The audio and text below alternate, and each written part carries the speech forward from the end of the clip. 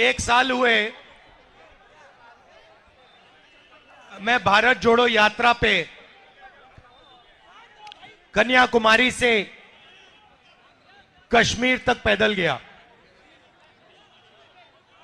4000 kilometre. भैया CRPF वाले थोड़ा रिलैक्स करो भाई, शांत हो जाइए आप, भैया शांत हो जाइए प्लीज। तो 4000 किलोमीटर मैं पैदल चला, हजारों लोग हमारे साथ। इसको खींचो मत, हेलो खींचो मत इसको।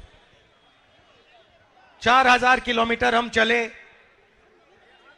हजारों लोगों से मिला, और आपने देखा होगा कि लाखों लोग उस यात्रा पे चले। यात्रा में कोई गिरता था, धक्का लगता था, जैसे अभी लग रहा है, कोई गिरता था, एकदम भीड़ उसको उठा लेती थी, भीड़ उसकी रक्षा करती थी। किसान आए, मजदूर आए, व्यापारी, छोटे व्यापारी आए, बेरोजगार युवा आए, उन्होंने अपनी बात रखी। उनके दिल में जो दर्द था, डर था, उसके बारे में उन्होंने मुझसे अकेले मिलकर, क्योंकि होता क्या था, बड़ी सी भीड़ थी, भीड़ के बीच में मैं चल रहा था और मेरे चारों तरफ थोड़ी जगह होती थी, तो उसमें लोग आ जाते थे, जैसे आजकल हम यहां जीप में कर रहे हैं। तो आते थे और कहते थे, छोटे व्यापारी कहते थे, हमें डर लगता है, कल का नहीं पता क्या हो जाए। ऐसा माहौल बन गया है।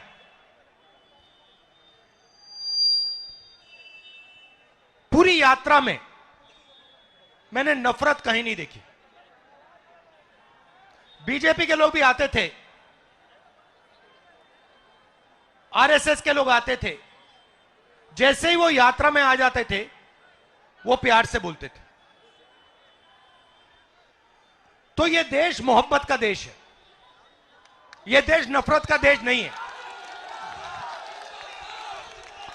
और ये देश जब भी मजबूत होता है, ये जब भी मजबूत होता है जब ये एक साथ मिलकर काम करता है।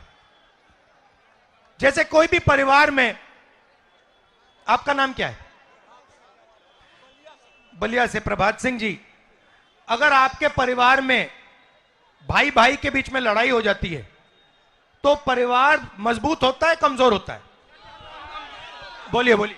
कमजोर होता है, कमजोर होता है। तो अगर देश में भाई भाई से लड़ जाए तो देश मजबूत होगा, कमजोर होगा? कमजोर होगा। तो सबसे बड़ी देशभक्ति क्या होती है? देश को एक साथ करना, एकजुट करना। तो देश को एक साथ करना, एकजुट करना, जोड़ना ही इस देश की देशभक्ति है।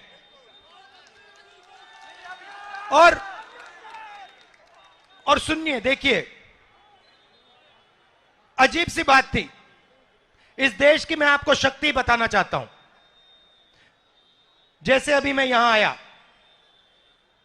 मंदिर में मैंने मत्था टेका, गंगा जी का प्रणाम करने आया हूं मैं। उसके सामने, गंगा जी के सामने, मैं यहां अहंकार से नहीं आया हूं। मैं सिर झुका के, सिर नीचे झुका के, ऐसे मैं गंगा जी के सामने आया हूं। वैसे ही जब मैं भारत जोड़ो यात्रा में चल रहा था, मैं सिर झुका के, जो भी मेरे सामने आता था, मैंने अपनी टीम को कह दिया, आप इनसे पूछिए। भारत जोड़ो यात्रा से पहले इन्होंने मुझे पूछा, राहुल जी हमें करना क्या है? मैंने उनको कहा, देखो, यात्रा में बहुत सारे लोग मुझे मिलने आएंगे, गरीब लोग आएंगे, अमीर लोग आएंगे, सब के सब लोग आएंगे, सब बोलेंगे। जो भी आएगा उसे ऐसा लगना चाहिए कि मैं अपने घर आया हूं, अपने भाई से मिलने आया हूं, और प्यार से उसको अंदर उसकी मुलाकात होनी चाहिए और प्यार से वो बाहर जाए।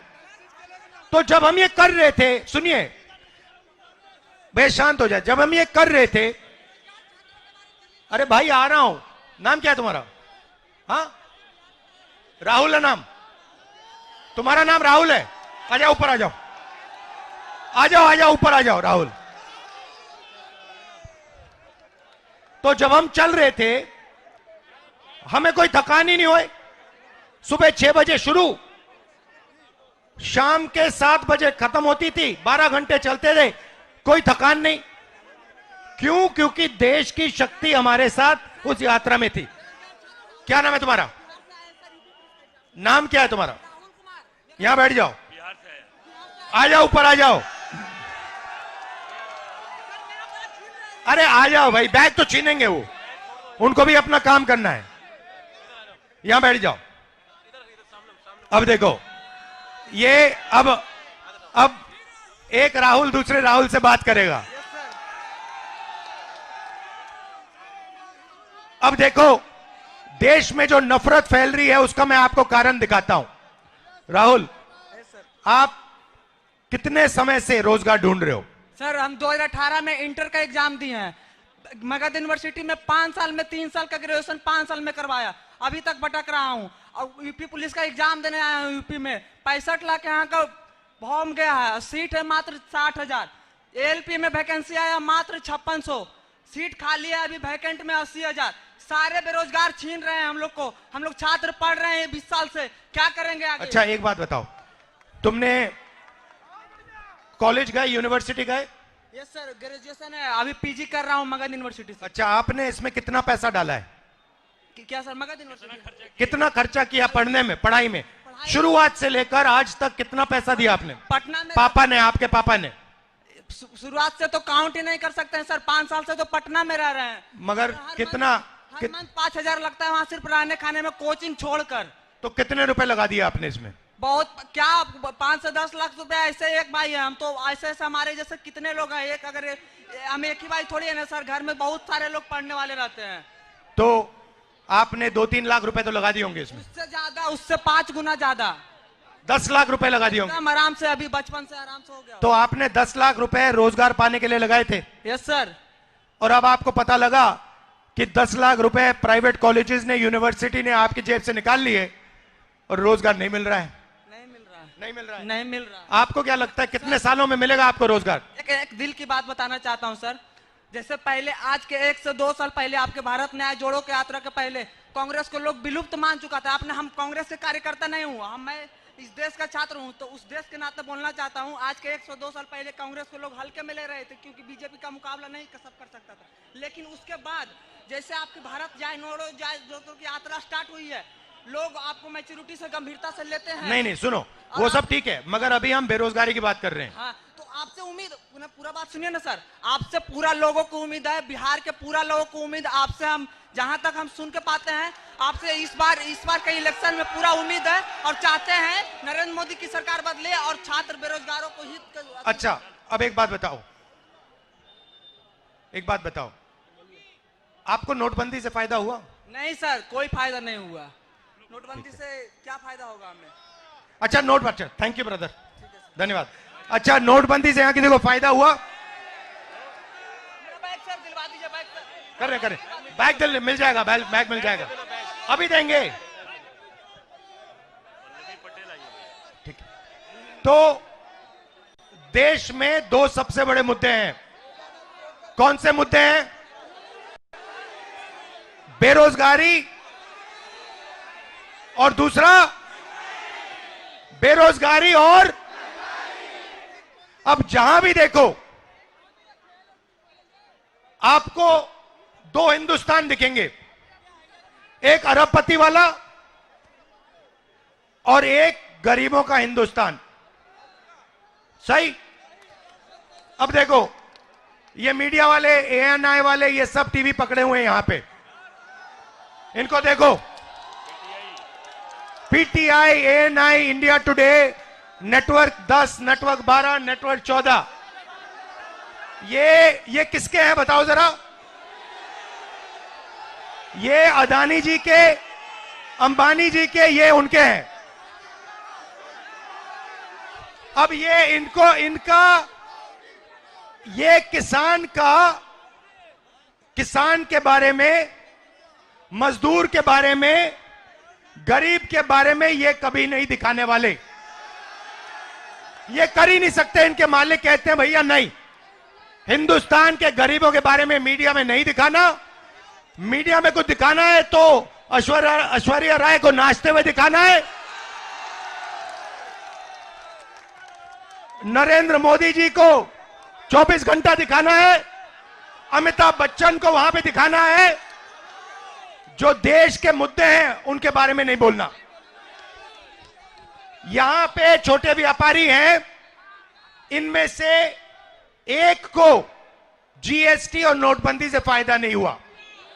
यहां एक नहीं है जिनको नोटबंदी और जीएसटी से फायदा हुआ, मगर नोटबंदी और जीएसटी और जो इनको कष्ट उठाना पड़ रहा है, इसके बारे में मीडिया में, एएनआई में आपको कभी नहीं दिखाई देगा।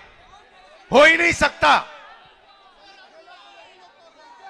इस देश में अदानी जी को एयरपोर्ट, हवाई जहाज, एयरलाइन, सारा का सारा एक के बाद एक पकड़ाया जाएगा। जीएसटी आप दोगे, जीएसटी देश का गरीब व्यक्ति देगा।